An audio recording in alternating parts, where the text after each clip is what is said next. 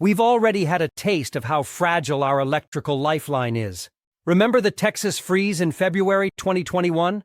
When unprecedented cold hit, the power grid collapsed, leaving millions shivering in the dark. Sadly, that disaster led to at least 246 deaths from hypothermia, carbon monoxide poisoning, and other causes. Or think back to the Great Northeast Blackout of 2003, when an overheated power line brushed against some trees. In a blink, 50 million people across New York, Ohio, and Ontario lost power. While some got their lights back in a few hours, others spent days waiting for electricity to return. That was just a few days of inconvenience. Imagine weeks or months. Unfortunately, the threats to our grid are only growing. We've seen hackers take down parts of Ukraine's grid. U.S. officials fear a well-placed cyber attack could knock out power for months. We've also seen direct physical sabotage. In 2013, unknown snipers opened fire on a California substation, wrecking 17 giant transformers and causing $15 million in damages. Utility engineers barely managed to reroute power and avert a bigger outage that time. More recently, in December 2022, attackers shot up 2 substations in North Carolina, plunging 40,000 people into darkness for several days. These are wake-up calls. The grid can be brought down. And perhaps the scariest threat of all is Mother Nature, a massive solar flare. In July 2012, we narrowly missed a Carrington-class solar superstorm that could have fried satellites and blacked out power worldwide. NASA scientists say if that solar blast had hit us, we'd still be picking up the pieces today. Such extreme geomagnetic storms can induce currents that blow out those same hard-to-replace transformers, and multi-ton transformers might take years to repair if a bunch burned out at once. Sobering, isn't it? But take a deep breath. This isn't about fear, it's about action. You can prepare for a grid-down scenario, and doing so calmly and systematically will replace panic with confidence. Today we're going to walk through 12 essential steps to get ready before the lights go out. This guide is conversational and easygoing, but we're also going to inject a healthy dose of urgency and maybe a wink of sarcasm. Because hey, the stakes are high and we need to stay awake. We're speaking directly to you, the American viewer, whether you're a suburban parent, an urban apartment dweller, or a rural homesteader, because everyone is connected to that invisible lifeline of electricity. So let's get into it. The power grid is going down. Here are 12 steps to make sure you and your family aren't left helpless when the lights blink out. Step 1. Get your head in the game, mindset and attitude. The first and most important prep isn't a gadget or a bunker, it's your mindset. I'm not kidding. Survival starts in the mind. You need to accept that a long-term power outage can and will happen in your lifetime. This isn't tinfoil hat paranoia. Even the government admits the possibility. Former FARC officials and national security experts have warned repeatedly that our grid is inherently vulnerable, spread over vast areas with many key facilities unguarded. So step 1 is to move past denial. Say to yourself, okay, if the grid goes down, I will deal with it. I can handle this. Adopting a proactive, problem-solving attitude makes an enormous difference. Panic is your worst enemy in any crisis. Instead, start thinking ahead. What would you need if suddenly there's no power for a day, a week, a month? Don't get overwhelmed by the hugeness of it. Break it down into manageable problems, which we'll do in the steps below. A great tip: whenever you feel that twinge of fear or anxiety about living without modern conveniences, use it as a pointer. That fear is telling you where you need more knowledge or plans. Worried about the dark? Plan for light and power. We'll get to that. Worried about keeping your kids warm in winter? Focus on heating and clothing. Reframe, "Oh no, I'm scared," into, "What can I do now so I won't be scared then?" Every little step you take will replace fear with confidence, and that's the foundation of readiness. Also, make sure your family is on board mentally. Talk to your spouse, kids, or close friends about why you're preparing, not to frighten them, but to involve them. Emphasize that prepping is like insurance. You hope you never need it, but if you do, you'll be so grateful to have it. And it's not just about you, it's about protecting those you love, and even your community. This mindset, "We can do this together" turns a scary scenario into a mission. It gives you hope.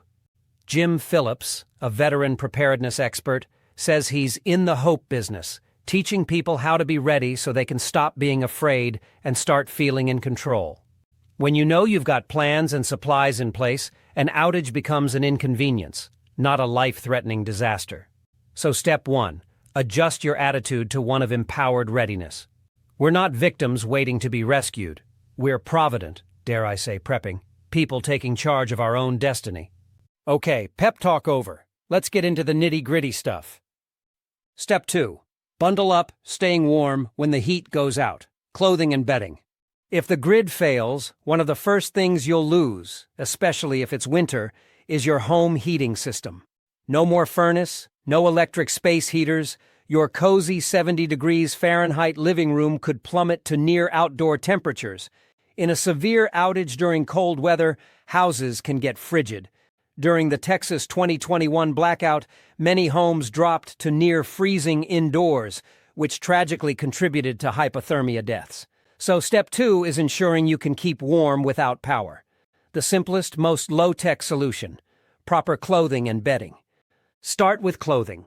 Do you have serious cold weather gear for every family member, including those who live in milder climates? Don't say, "Oh, we live in Florida, we're fine." A grid-down scenario could mean no AC in 100 degrees Fahrenheit summer.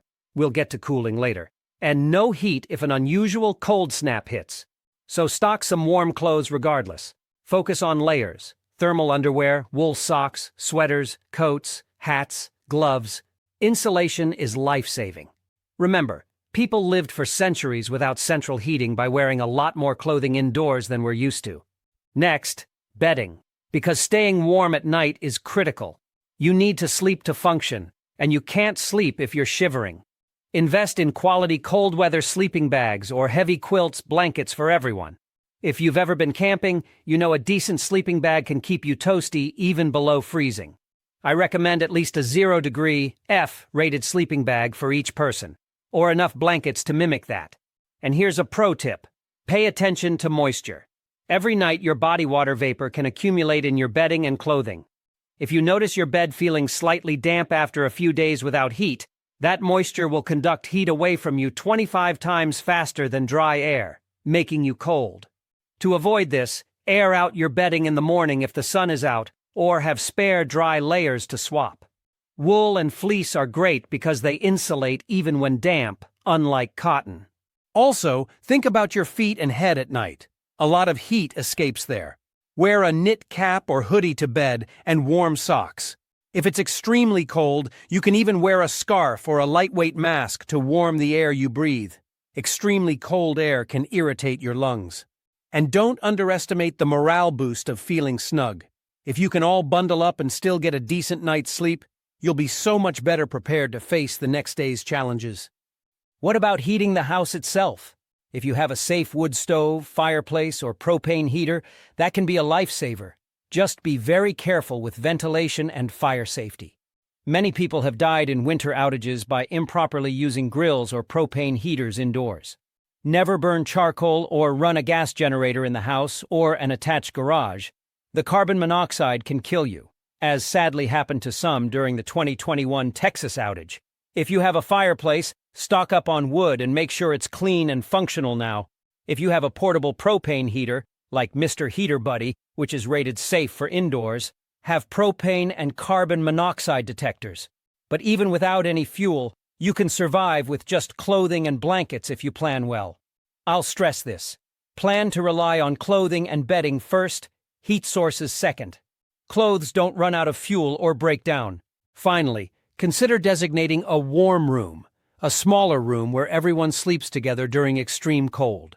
You can hang blankets over doorways, even put up a tent inside the house, or make blanket forts for kids. Concentrating body heat in a smaller space can keep that area warmer than the rest of the house. It may feel like an adventure. Think indoor winter camping. Yes, it's an adjustment, but it beats freezing. And don't worry about pride or norms. If the grid's down, nobody's going to judge you for wearing 3 sweaters and a ridiculous wool hat indoors. Staying warm is step 2. and it will literally save your life when there's no power.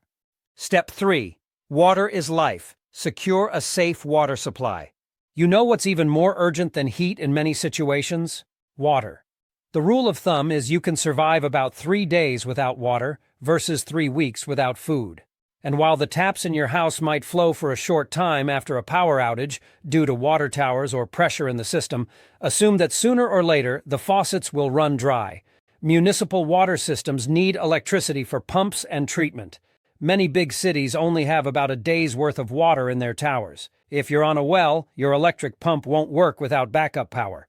Bottom line, no power equal sign, no water for most of us. So step 3 is to make sure you have drinkable water stored and ways to get more. First, store water now. FEMA recommends at least 1 gallon per person per day for a minimum of 3 days.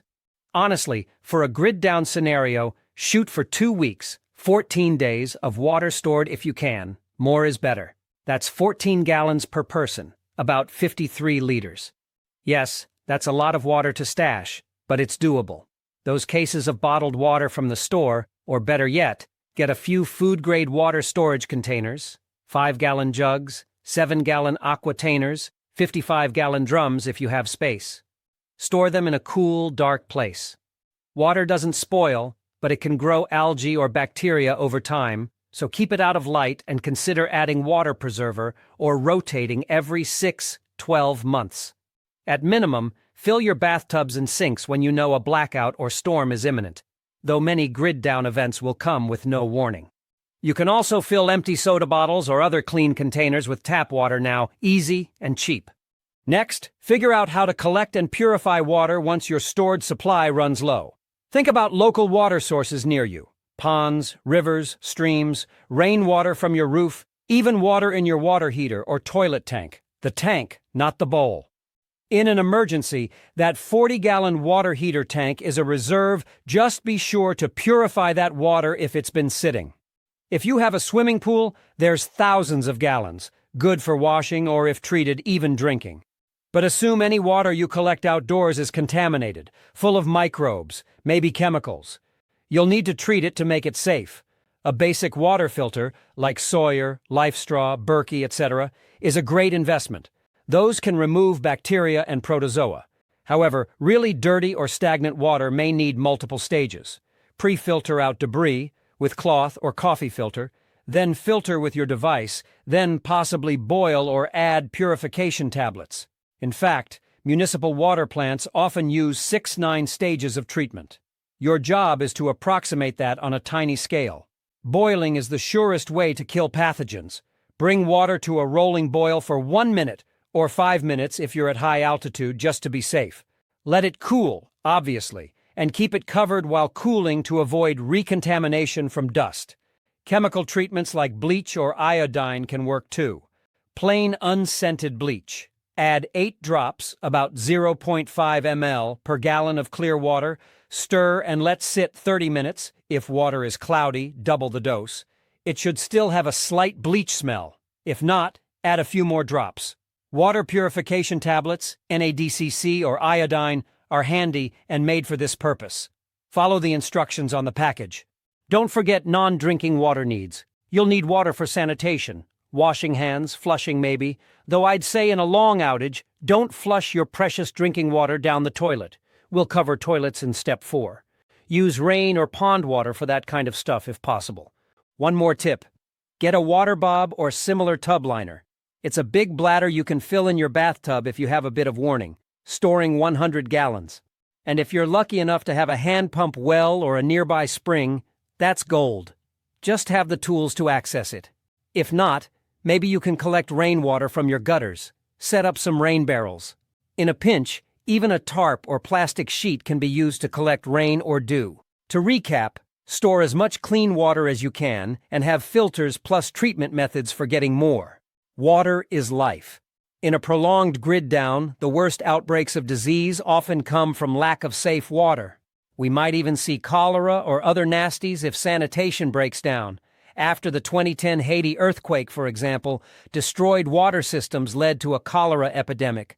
So guard your water supply carefully. You want at least 2-3 quarts of drinking water per person per day just to stay hydrated, plus some for cooking and minimal washing.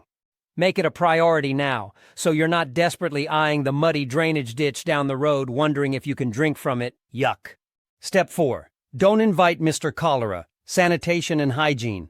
In a grid-down world, the fancy plumbing and garbage service we take for granted are gone. Trash might pile up.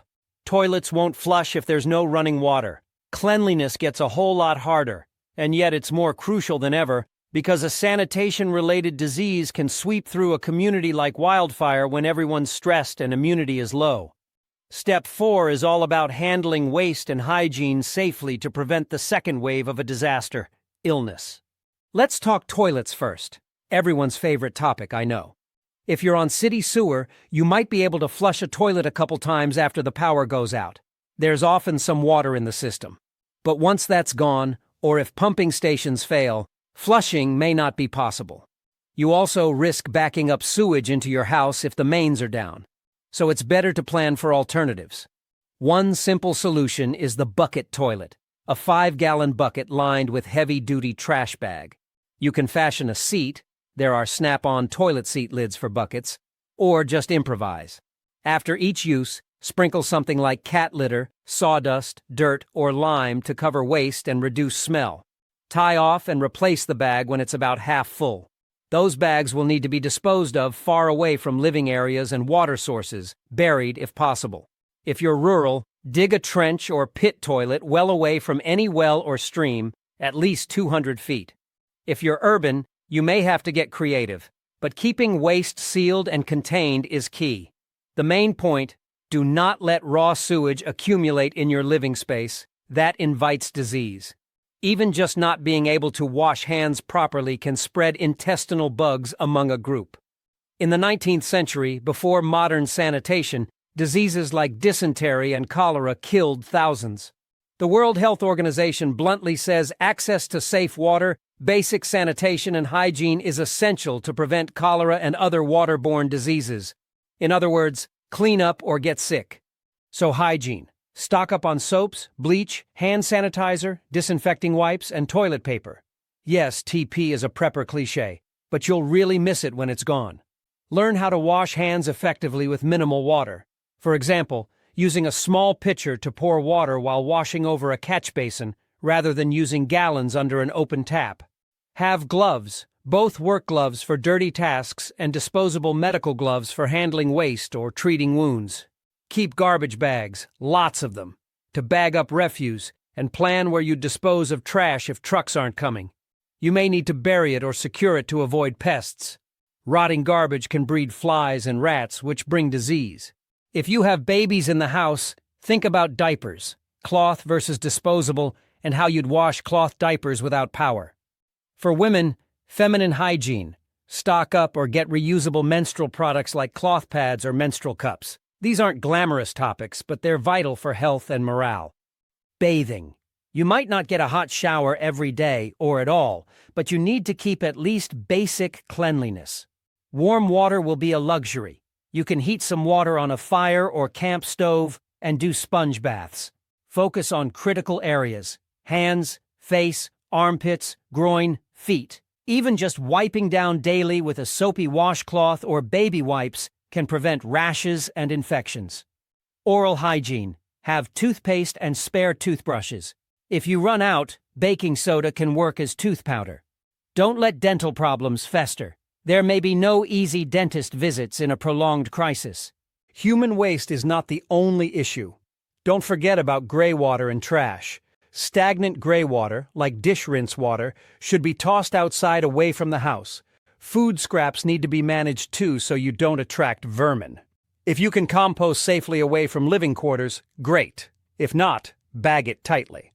Pest control might become important. Have mouse traps, fly swatters, maybe insect repellent if you'll be outdoors a lot. One more thing: community sanitation. If you live in close quarters, apartments or suburban neighborhoods, your sanitation is only as good as your neighbors. A few households not handling waste can create a health hazard for the whole block. This is why educating those around you and maybe coordinating a communal waste pit or designated dump site could be life-saving. It's tough to talk about these things in advance. Hey neighbor, if things go Mad Max, where should we all poop? But it might be worth a gentle conversation with like-minded neighbors.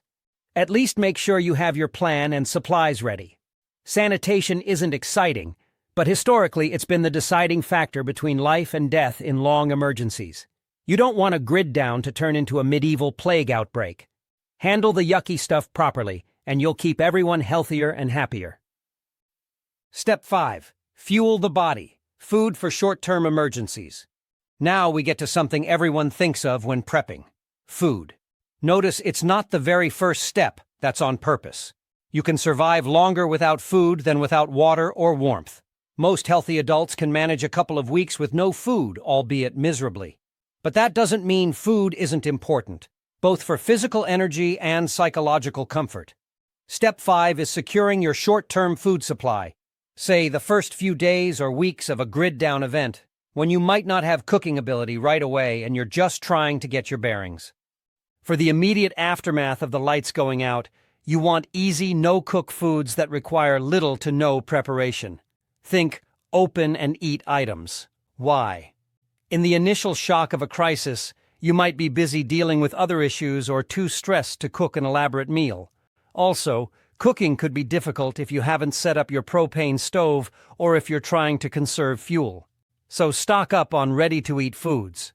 Some examples: canned goods, soups, stews, chili, fruit, tuna, chicken, beans, anything your family will eat cold if necessary, peanut butter and jam, and crackers or hard bread, granola or protein bars, beef jerky, nuts and trail mix, dried fruit, and maybe some comfort snacks like chocolate. Morale matters. If you have kids, include things they love that are shelf-stable, maybe cereal bars or candy as a treat. Also consider MREs, meals ready to eat, like the military uses, or commercial emergency ration bars. These often can be eaten without heating, though they might taste better warm. Canned foods are great because they often can be eaten cold. For example, canned ravioli, not gourmet cold, but perfectly edible. Just remember a manual can opener. Put one in your emergency kit. And don't forget pet food if you have furry friends. Have a couple weeks' supply for them too, because Fluffy and Fido don't understand why their kibble suddenly ran out. How much food should you store? FEMA's bare minimum is 3 days of non-perishables, but that's for short emergencies. For a grid-down scenario, aim way higher. I'd recommend at least 3 months of food storage per person if you can manage it. But let's start with an easier goal. 2 weeks of easy-to-eat food. Calculate roughly 2,000 calories per adult per day. More if doing hard work, less for kids. So for 14 days, that's approximately 28,000 calories per person. It's actually not that expensive if you focus on staples like rice, beans, pasta, flour, canned goods, etc. But we'll get into long-term staples in the next step. For short-term, you might spend a bit more on canned and convenience foods, but it's worth it. Store foods that your family actually likes and eats. An emergency is not the time to introduce completely new, weird foods. People are stressed, kids are picky, you want familiar tastes if possible. Also consider any special diets or allergies in your household. If someone is diabetic, have sugar-free foods and their needed snacks. If you have an infant, have formula. Even if breastfeeding, some formula as backup is wise in case mom's diet stress affects supply. If someone has severe gluten allergy, store gluten-free items they can eat, etc. One thing, your refrigerator and freezer. When the power goes out, they become ticking clocks. A full freezer, if kept closed, can keep food frozen about 48 hours. A half-full freezer maybe 24 hours. If you don't open it, a fridge stays cold maybe 4-6 hours if unopened. So plan to use those foods first to avoid waste. Eat perishables like milk, meat, leftovers on day 1. 2. Safely before they spoil. Cook up meat on a grill if you can, and then eat it cold over days. But don't count on freezer stocks as your core emergency food. Treat them as a bonus that might or might not last. If it's winter and below freezing outside, you can improvise by storing some food outdoors in a secure container, away from animals, nature's freezer. But that's iffy in milder climates. So step 5 is, have plenty of food you can eat without any cooking. That ensures that no matter what chaos is happening, you won't go hungry. Being hungry and hypoglycemic in a crisis leads to bad decisions. So keep everyone fed with minimal effort initially. Once you settle in, you can move on to more long-term food solutions and cooking, which brings us to Step 6. Stock the pantry, long-term food and cooking. Short-term canned peaches and granola bars are fine, but what if the outage stretches into weeks or months? You can't practically store ready-to-eat cans for months on end. Well, you can try, but that's a lot of storage space and cost.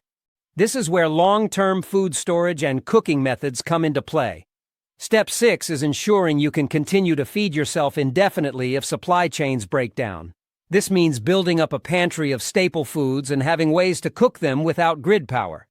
Long shelf-life staples are your friends: rice, beans, pasta, oats, flour, sugar, salt, cooking oil, dried lentils, powdered milk, canned veggies and meats, dried foods, etc.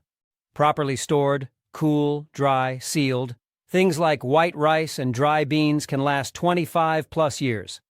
Canned goods often last a few years past their date.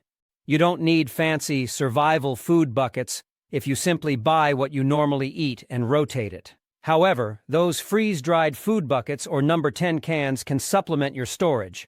They're lightweight and last decades, though they can be pricey and you'll need water to rehydrate them.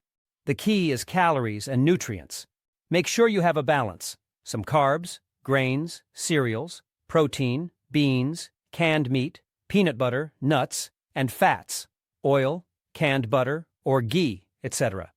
Pay attention to nutrition. Surviving on just white rice and canned peaches might fill you up, but leave you malnourished. Include multivitamins in your supplies to cover gaps. Also, spices and flavorings. Don't underestimate how important taste is for morale. Have things like bouillon cubes, seasoning salt, pepper, hot sauce, even some instant coffee or tea if you crave caffeine. Those little comforts go a long way. Now, how will you cook when the stove and microwave don't work? You need an alternative heat source for cooking and boiling water. Options: a propane camp stove or outdoor grill, a charcoal grill or hibachi, a camping backpacking stove, butane or liquid fuel, a rocket stove, a solar oven, or even cooking over a wood fire if you have a safe fire pit. Each has pros/cons. Propane camp stoves are great, easy to use, indoor safe with ventilation, crack a window, and propane lasts years. Get several 20-pound propane tanks or lots of smaller canisters. A single-burner butane stove, like for hot pot cooking, is also good for indoor use. Charcoal or wood grills obviously must be outdoors. Carbon monoxide. They work, but you need charcoal wood supply and they're less convenient in bad weather. Solar ovens can actually bake using just sunlight. Very cool, but reliant on sunny days and take longer. If you have a fireplace or wood stove, you can cook in that too. For example, Dutch oven pot in the coals, or boil water on top of a wood stove. Just make sure you have cookware that can handle open flame. Cast iron is excellent. Heavy stainless steel works too. Your non-stick pans might not like a campfire. Also have manual tools. A hand-operated can opener. Again. Hand whisk, manual coffee grinder if you store coffee beans, etc. Practice cooking some meals with your off-grid method before it's an emergency. Get used to how to boil water or simmer rice on a camp stove. It's a bit different than your kitchen range. Also, think about fuel consumption. You might not want to slow-cook chili for 4 hours on a tiny stove if fuel is limited.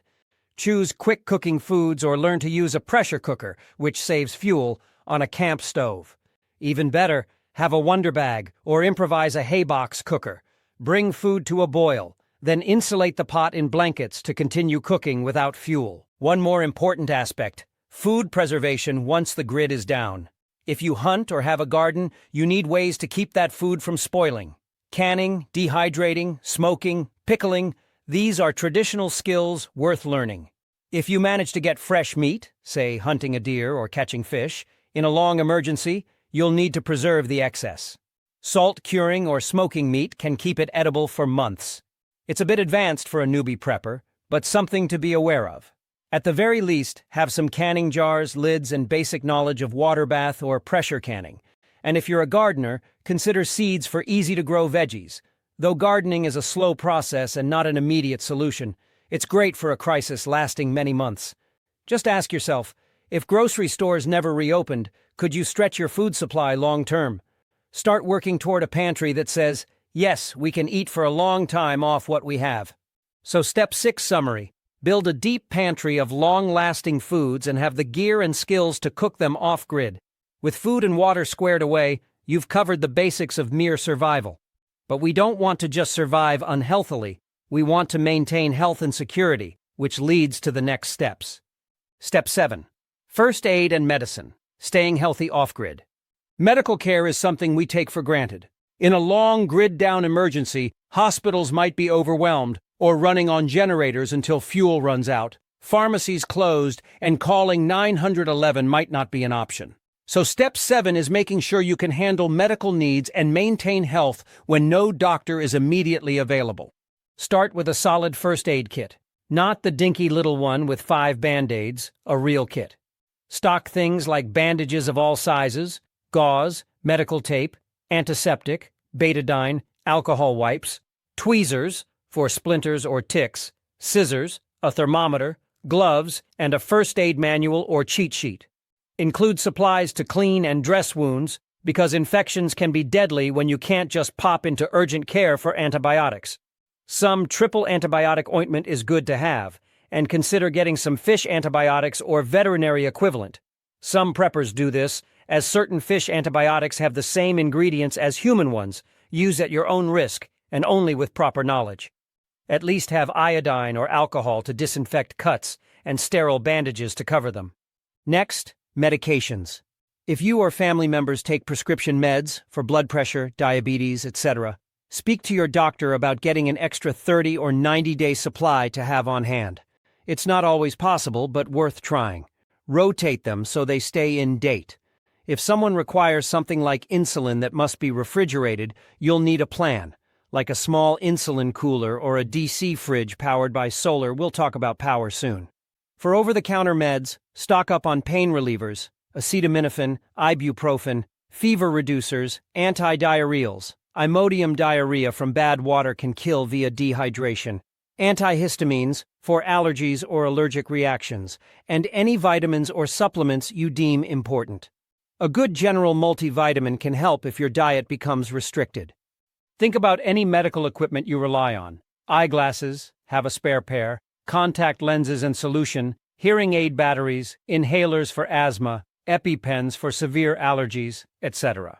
If someone in your home is on oxygen, you need a backup plan, like extra oxygen tanks and a way to power an oxygen concentrator with a generator or solar setup. If someone uses a CPAP machine for sleep apnea, you might invest in a battery backup or solar generator to keep it running, or prepare to manage without it if possible. General health maintenance, hygiene, we covered. Adequate sleep, very important for immune function, and avoiding injury. In a grid-down environment, don't take unnecessary risks. A trip to the ER for a broken leg might not be possible, so maybe don't climb on the roof during a storm unless absolutely needed. Use tools safely, wear gloves to prevent cuts, treat even small wounds seriously, clean them well. Also, consider knowledge. Get a basic first aid and CPR training if you can. Many free classes out there. Having a reference book like Where There Is No Doctor or the Red Cross First Aid Manual could be invaluable when there's no one to call. Herbal remedies and home remedies. These can supplement if you run out of meds. For example, learn about using honey for coughs and wound care. It's a natural antibacterial. Or ginger peppermint for upset stomach, or chamomile to help with sleep. I'm not saying to replace modern medicine, but if modern medicine isn't available, knowing a bit of traditional medicine is better than nothing. One more facet of wellness, mental health. Stress will be high. Having some comforts, books, games, ways to relax is important. We'll actually delve more into morale in a later step, entertainment. But from a medical perspective, understand that anxiety and depression could spike in a long, dark scenario. Be prepared to support each other emotionally. Plan some routines like little daily group meetings or prayers or whatever keeps you centered. A positive outlook can literally boost immunity and resilience. All right, That covers keeping your body intact and functioning. Next, we'll ensure you aren't completely cut off from the world while all this is happening. Step 8. Stay informed. Communications and lighting. When the grid goes down, information becomes as precious as gold. You'll be asking, what happened? How long will this last? Is help coming? And your neighbors or community will want to know what's going on too. Step 8 is making sure you have ways to receive and possibly send communications when usual channels, TV, internet, phones, go dark. We'll also tackle lighting here, because being in pitch dark every night is not just inconvenient, it's unsafe. First priority, a battery-powered or hand-crank radio.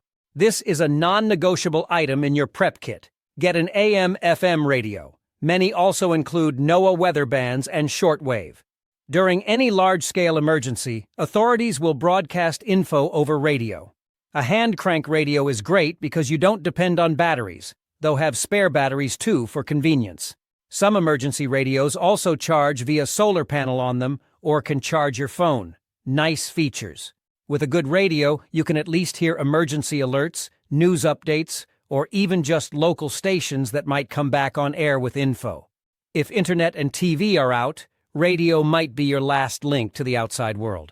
Consider also getting a NOAA weather radio that has an alert function. It can warn you of weather hazards, because guess what? Nature doesn't pause other disasters just because the power's out. But frankly, any radio will do as long as it picks up AM news stations.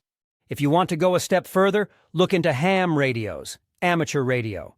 A portable shortwave radio receiver can let you listen to ham operators or international broadcasts, which might provide news when local media is down. If you get your amateur radio license, or not, in an extreme emergency you'd use it regardless, you could even communicate via ham radio to call for help or report what's happening. At the very least, a cheap handheld ham radio, like a Baofeng, can serve as a walkie-talkie with neighbors and might pick up local police, fire frequencies, or ham chatter. But you need to learn how to use it ahead of time. It's a more advanced comms prep, so if it interests you, go for it. If not, at least have a CB radio or some walkie-talkies for local communication. Even family two-way radios, FRS, GMRS, could let you talk to a friend a mile away, for example. Now, charging your devices. Your cell phone might not get signal if cell towers are down, though sometimes they have generators. How long? Who knows? But you'll probably still want to keep it charged to access any stored info or use as a light/clock/camera.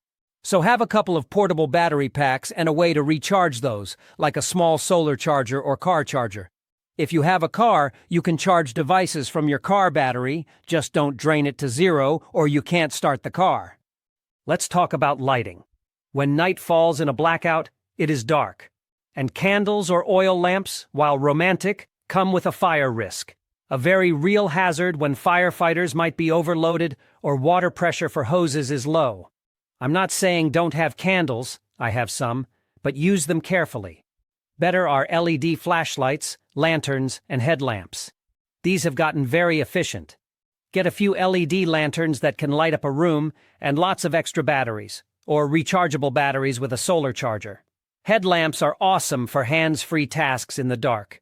Small LED keychain lights are good to stash around the house. Essentially, light equals sign safety.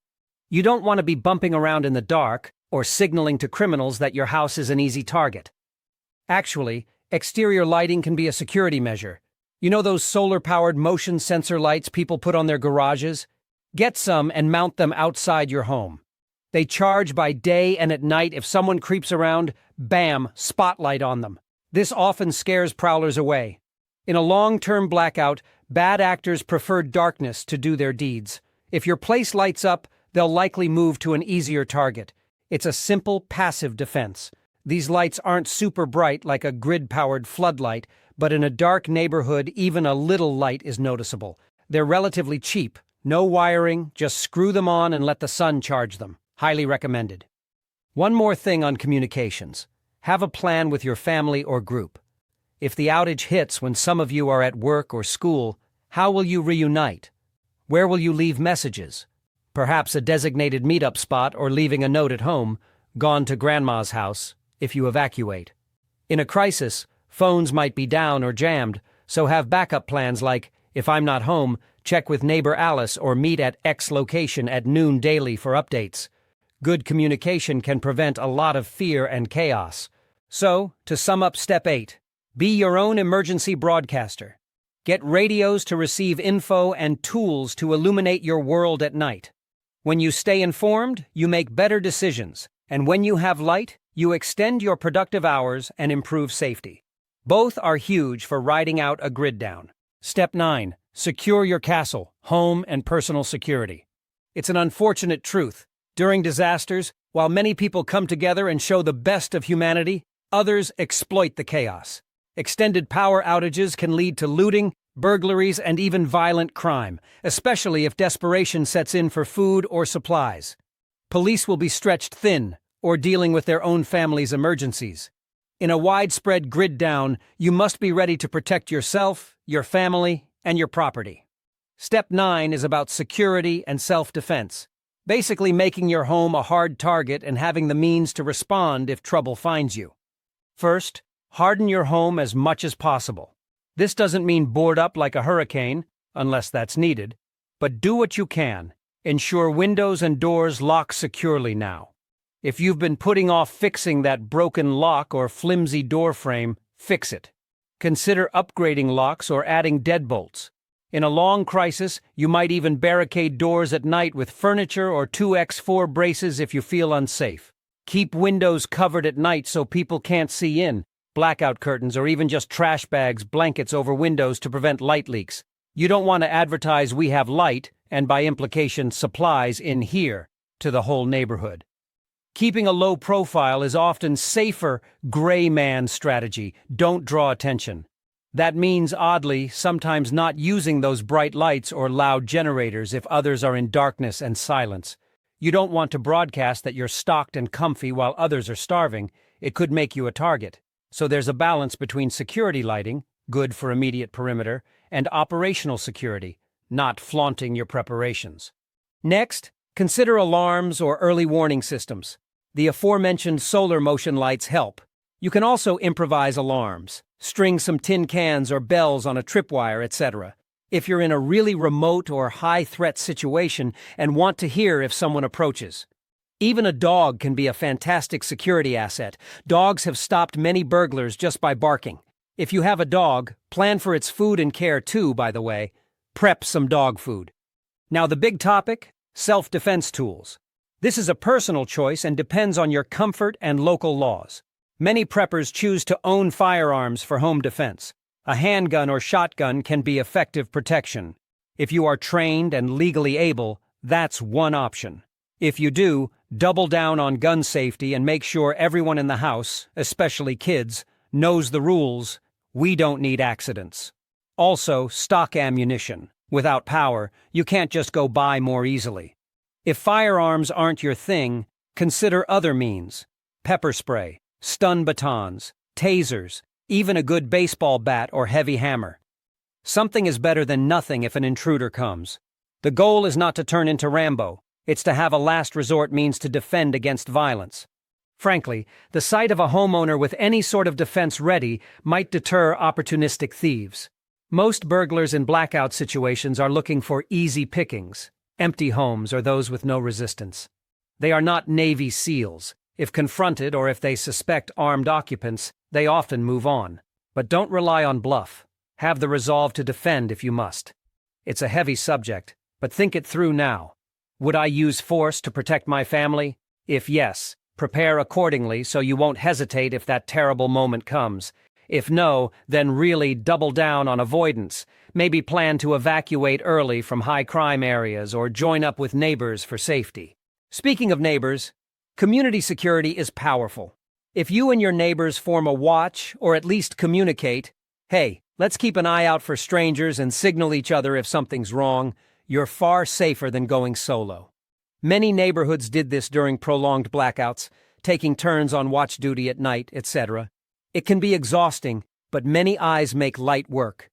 We'll talk more about community in the next step, but it matters for security too. One more tip. Have a fire extinguisher or two handy. Why am I mentioning this in security? Because a house fire in a grid down is just as deadly a threat as any intruder. With people using candles, kerosene lamps, and cooking on open flames, the chance of accidental fire goes up. And with no power, calling the fire department might result in, sorry, no water pressure, or slow response. So being able to put out a small fire yourself is crucial. A $20 ABC extinguisher can save your home and lives. All right, heavy stuff, I know. But thinking about it now allows you to act decisively later. You hope to never need the bat, the pepper spray, or the shotgun, but better to have and not need than need and not have. The grid down scenario could bring out some desperate folks.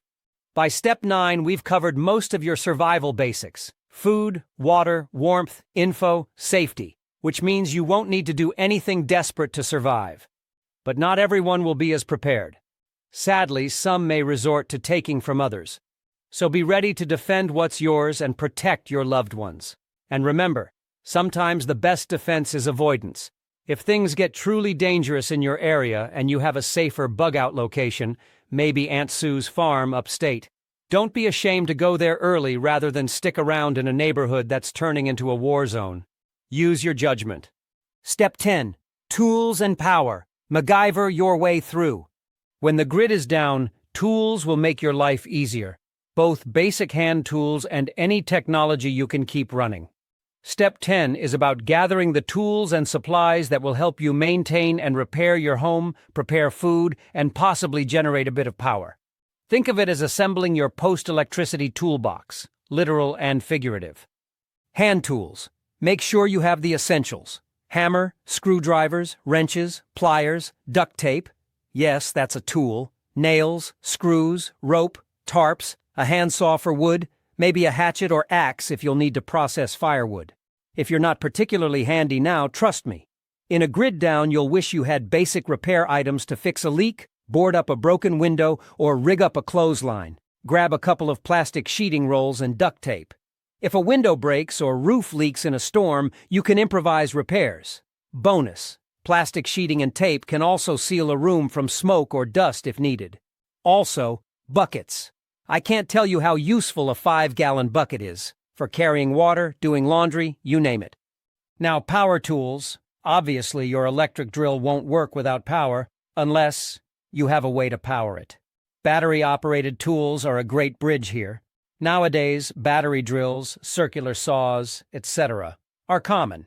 If you have a cordless drill with a couple of batteries, you can charge those batteries via solar if you have a setup. More in a moment. Even a car inverter, those devices that plug into a car 12V socket to give AC power, could potentially charge tool batteries if needed. But also keep some manual equivalents: a hand crank drill, brace and bit, hand saws, etc., in case you run out of juice.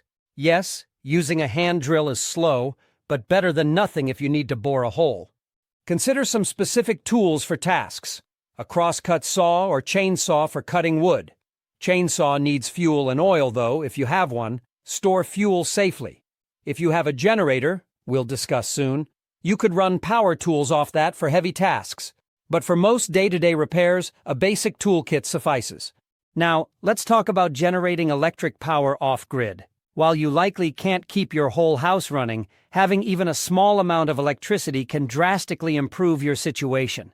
Think about critical items: flashlight batteries, radios, maybe a small fan, charging a phone or rechargeable lantern, possibly running a laptop or tablet for stored documents, movies, or even powering medical devices like an oxygen concentrator or CPAP. To do those, you need some form of generator or solar power system. Gasoline or diesel generator. Many people have portable generators for outages. They can be great for short-term, but in a long crisis, fuel becomes a big limitation. If you go this route, store as much stabilized fuel as safely possible. Gas goes bad after 6-12 months without stabilizer. Diesel lasts a bit longer. Know that generators are noisy and will draw attention and annoy neighbors trying to sleep in quiet darkness. So if you run one, consider doing it only for brief periods to charge batteries, run the fridge a couple hours, etc., not 24/7. Always run them outdoors. Carbon monoxide again. and have a way to secure it. People do steal generators in outages because they're desperate. Also, maintenance. Have spare oil, spark plugs, and air filters for it. Solar power.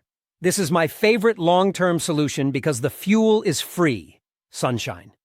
Even a small solar panel setup can keep your essentials charged indefinitely, as long as the sun shines. You don't need a massive roof array. A modest system might be a folding 100-watt panel and a battery pack, or one of those solar generator kits, which are basically a battery with an inverter and a solar panel. With 100-200 watts of solar and a deep cycle battery, you could charge phones, run LED lights, radios, maybe a laptop, and even something like a small DC fridge or fan for a few hours a day. If you want to get fancy, a bigger system, say 800+ watts of panels, several batteries, and inverter, could run a fridge or freezer. But as Jim Phillips notes, to reliably run a standard fridge through bad weather, you'd likely need to spend many thousands on panels and batteries. For most, it's not cost-effective to size solar for heavy loads like refrigeration or air conditioning, unless you have the budget and really prioritize it. Focus on low-power devices. LED lights, small electronics, medical devices, these are doable. Also consider 12-volt accessories. Many things can run directly off a car battery or similar. Car chargers for phones, 12V fans, 12V heating blankets, etc. If you have a car, you essentially have a big generator, the alternator. You can use your car to charge devices, again, sparingly, due to fuel. Having a car inverter converts 12V DC to 120V AC, lets you plug in small appliances to your car. Just mind the wattage. A typical car inverter might handle 150, 300 watts from the cigarette lighter, or more if you clip directly to the battery. Don't forget low-tech power solutions too. Hand crank gadgets, flashlights, radios, and batteries. Stock a variety of disposable batteries, AA, AAA, D, etc., as needed. They store for years. Rechargeable batteries plus a solar charger are golden. You can keep reusing them. In summary, decide what electrical items are most important to you in a blackout and plan a way to power them.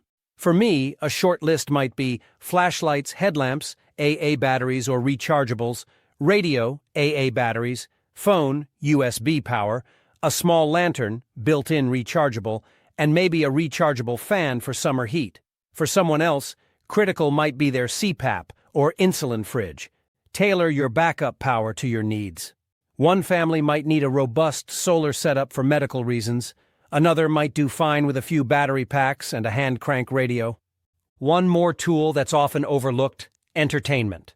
Yes, this is a tool for mental wellness. A deck of cards, some books, a soccer ball, a guitar if you play. These tools help pass time and keep spirits up. After all, humans aren't robots. Morale matters greatly in tough times. Some of my personal tools for sanity would be a Kindle loaded with ebooks, with a solar charger to keep it going.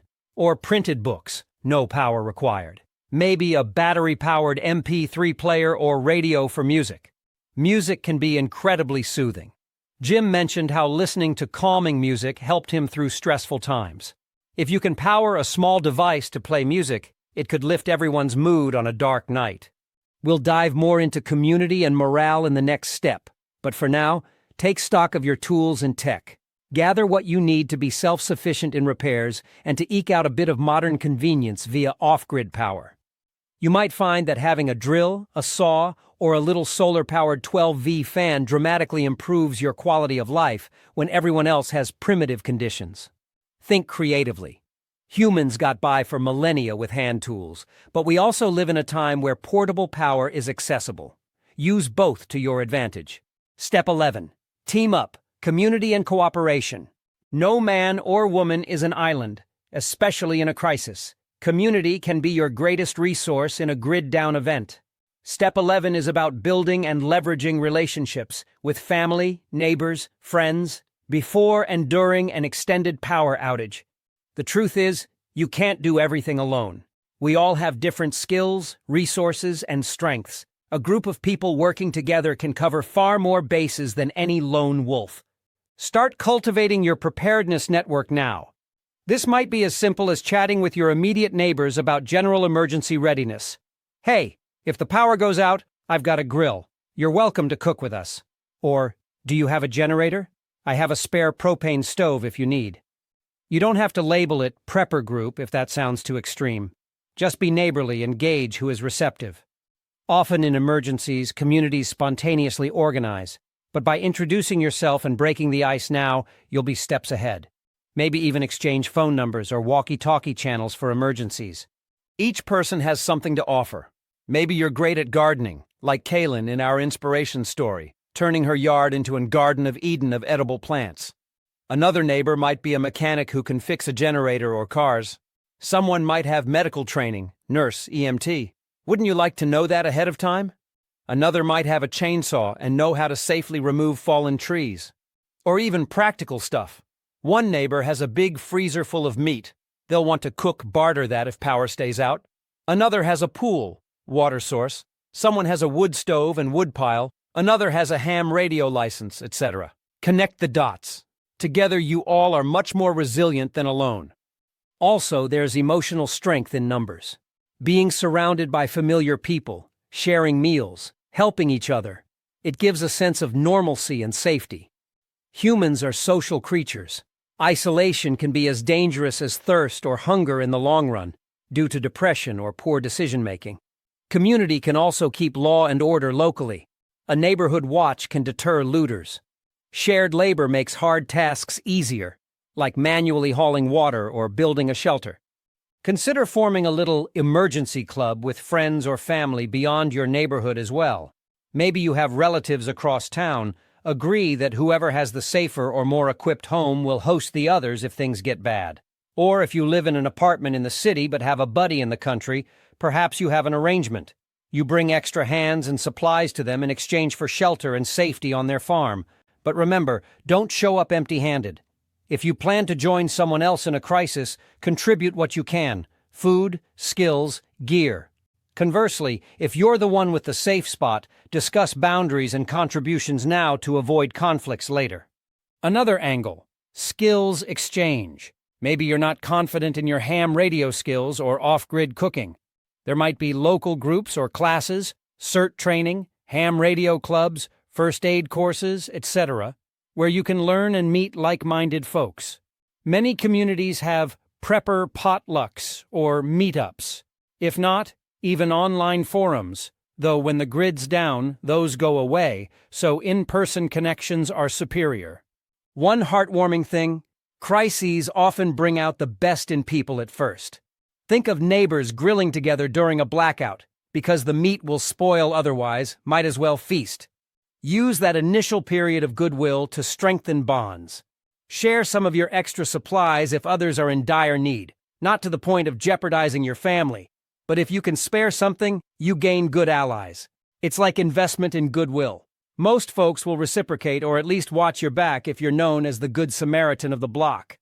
Just be careful to strike a balance. You don't want to advertise, "Hey, I have a year's worth of food," and get overwhelmed with people expecting handouts. That's why Step 9, security, and Step 11, community, must be balanced. Help where you can, but maintain OPSEC, operational security, about the full extent of your preps, except with those you fully trust. If you have kids, community is crucial for them. Having friends to play with even in tough times can keep them sane. Maybe coordinate with neighbors to have school or group activities for kids if things go on a long time. Rotate parents teaching different skills, etc. A quick anecdote from history.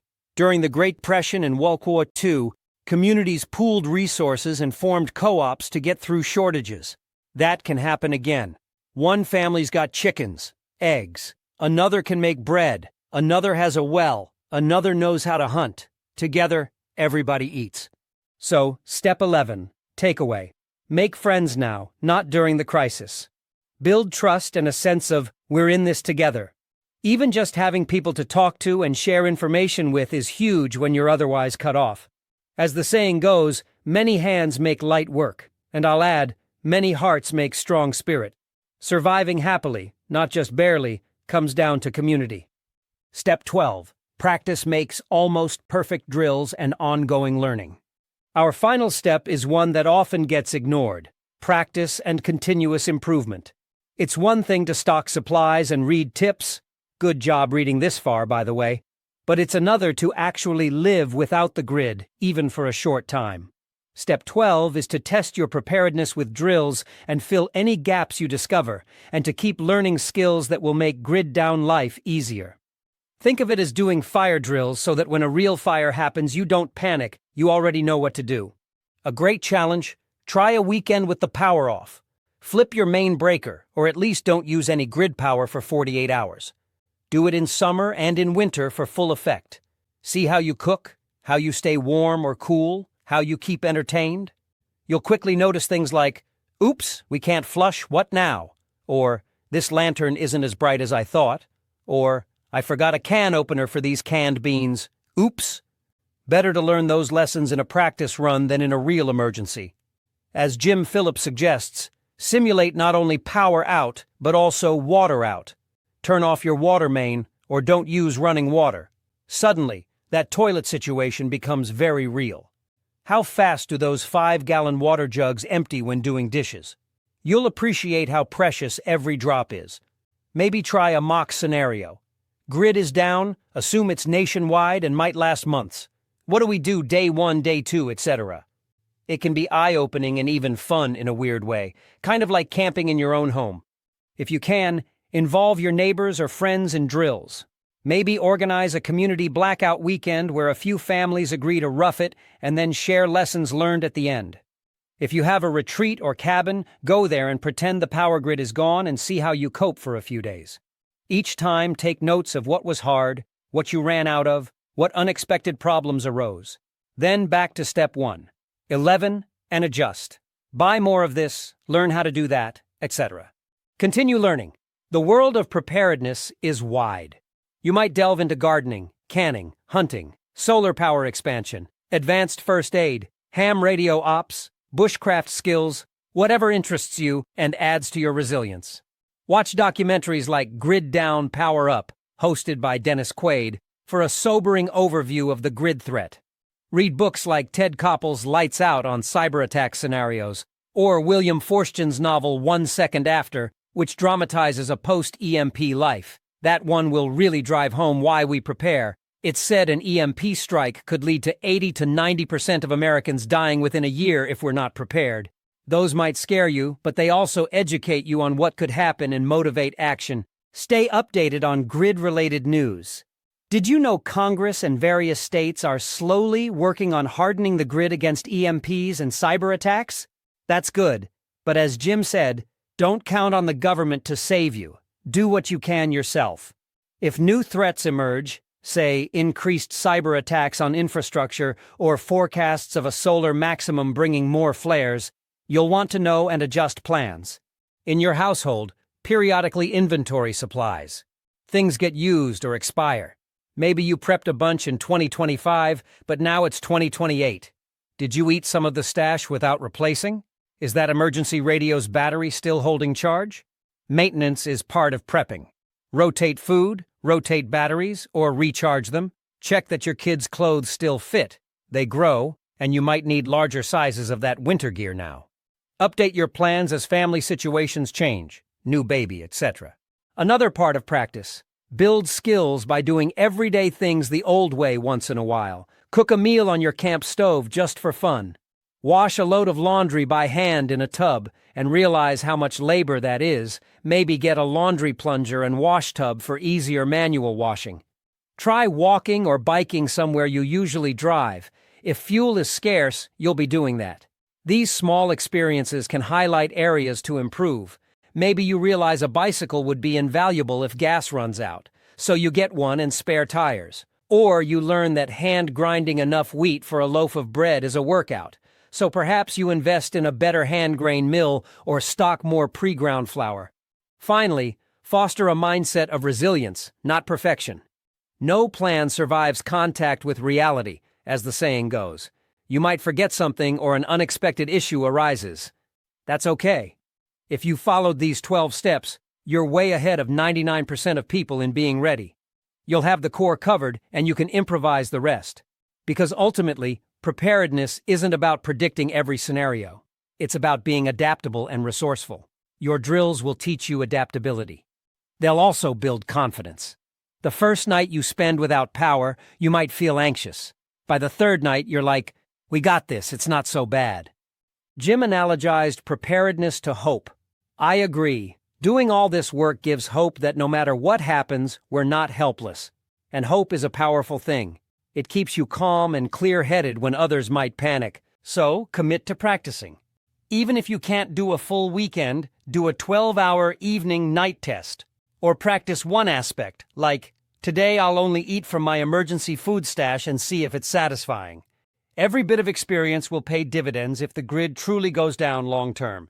Now I know that's a long list, and it might feel overwhelming if you're new to this.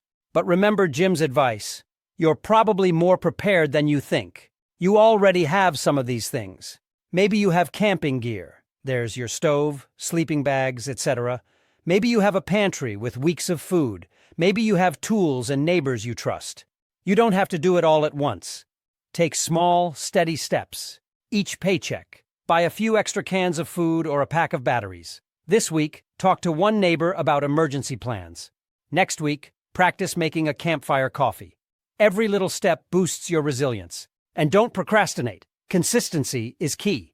As one saying goes, the best time to prepare was yesterday. The second best time is today. Start now and keep going. When the day comes that the grid does go down, whether from a hurricane, a cyber attack, an EMP, or that inevitable solar superstorm, you will be able to say, "All right, we trained for this. It's game time, but we've got our checklist and supplies. It's dark out there, but we've got light in here." Instead of fear, you'll have purpose and clarity. Sure, it won't be easy or fun, but it doesn't have to be a nightmare either. In fact, you may find a sense of accomplishment and closeness with those around you as you weather the challenge together. I'll leave you with this thought. Preparedness is the ultimate act of optimism. It means you believe in your power to shape outcomes, to protect those you love, and even to help your community in its hour of need. By getting ready for grid down, you're not just ensuring your own survival, you're becoming part of the solution, not part of the problem. Instead of panicking and adding to chaos, you'll be a pillar of stability others might look to. So take these 12 steps and begin today. You don't have to do it perfectly, just do it progressively. Each step you implement is one more insurance policy for your life. As the slogan of that documentary says, grid down, power up. We're powering up our preparedness so that when the grid goes down, we won't be left in the dark. Question of the day. What's the next step you will take to get your family ready for a grid down emergency? Is there information or a skill you still need that we can help with? Share in the comments below. Let's help each other out. And if you found this script helpful, give it a thumbs up and consider subscribing for more practical prepping guides. Thanks for watching, and thank you for being part of the solution.